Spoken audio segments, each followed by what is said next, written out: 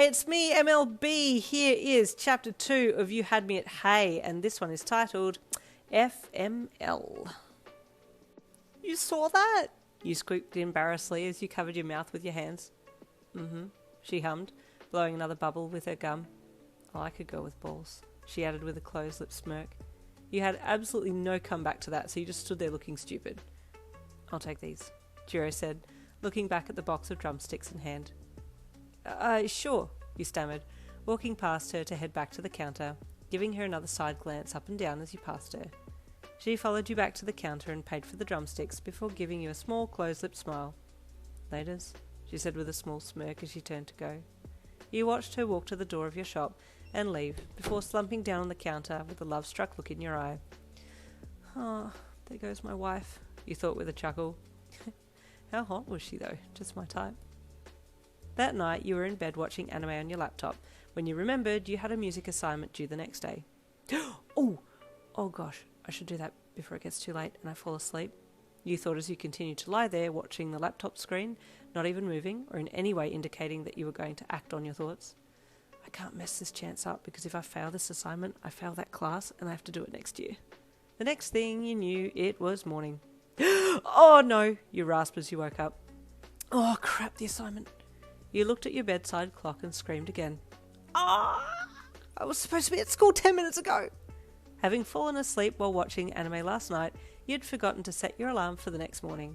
You flew out of bed and quickly changed into your school uniform, grabbing your recording device before racing downstairs to the shop. Guitar, I need a guitar. You panicked as you ran towards the guitar section and scanned the wall looking for the best guitar that you had in the shop. I'll just borrow this one quickly, you thought. You closed your eyes and focused, trying to think as many chilled and happy things as possible, but the panic was still very much at large in your system, so you took a deep breath in as you hit record on the little device that you were going to use to submit your piece. Okay, here we go. You activated your quirk as your fingers hit the strings of the guitar and you started playing. Your quirk, limbic composing, allowed you to compose music from your emotions. All you had to do was think of different things or listen to certain types of music, and whatever emotions you felt from this was channeled to your fingers, and once your quirk was activated, your fingers would move on their own and smash out a song. You had written many a song, and you hoped to be a songwriter for famous singers someday, but for now you were just trying to pass your classes. You tried not to think anything negative while your fingers played, but you could already hear the song was a little disjointed and some of the notes were out of tune. You yelped internally, pulling a face as your finger hit an odd chord. You got to the end of the song and deactivated, reaching out and pressing stop on the recording device as you hung your head.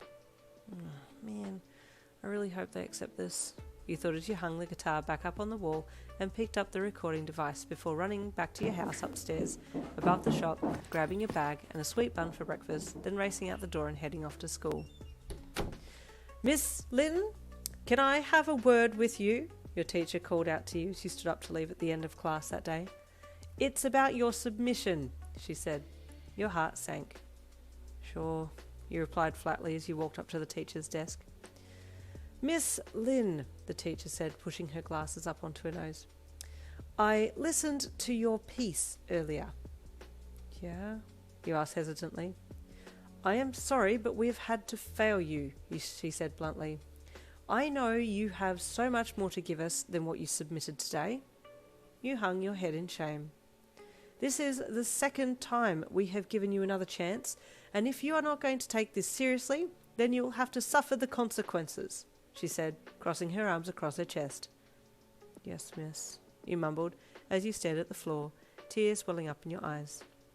We will call your parents tonight and send a letter home explaining the situation, the teacher continued. You will be resitting this class next year. You nodded glumly, unable to speak because of the lump in your throat. You can go now, the teacher said with a sigh. I hope you learned from this. You turned sadly and trudged out of the classroom, heading for home. Tears spilled down your cheeks as you walked with your head down, your sadness turning to anger as your walking went from slow-paced to more of a march. Screw the teacher. Screw this class. Screw school, screw my friggin' life, just frick everything that I've fricked, you monologued internally, your brows knitting together as you stormed the rest of the way home. You threw your bedroom door open, then swung around and slammed it shut, flinging it as hard as you could, screaming angrily as you did so. You spun back around and threw yourself at your bed, landing heavily with a bounce before burying your face into your pillow and screaming again. I want to die, you deadpanned as you rolled onto your back. Alexa, play Despacito. Suddenly there was a knock at your door. Was that you slamming the door before? Your dad asked sharply. Sorry I tripped, you lied as you lifted your head to look at him. If I told him I slammed it, I'd be in even more trouble. Okay, well, you're needed down at the shop, he said authoritatively. Come now, please. Okay, you sighed as he sat up. I'll just get changed first. Okay, but then come down straight away, he warned. If I find you on your phone up here, you'll be in big trouble, young lady. Yes, Dad, you sighed. He left and you took the opportunity to aggressively throw your middle finger at the closed door to mitigate some of your anger. Getting up off the bed, you kicked your school bag and then got changed and headed down to the shop. Yin, I need you to put these on the shelves, please, your dad said, handing you the box of new music books that you'd flipped through yesterday.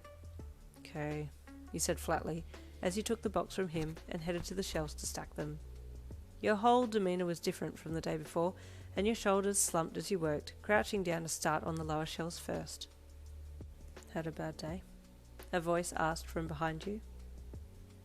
Who is it? I think we all know who it is. Anyway, I'll see you in Chapter 3 tomorrow.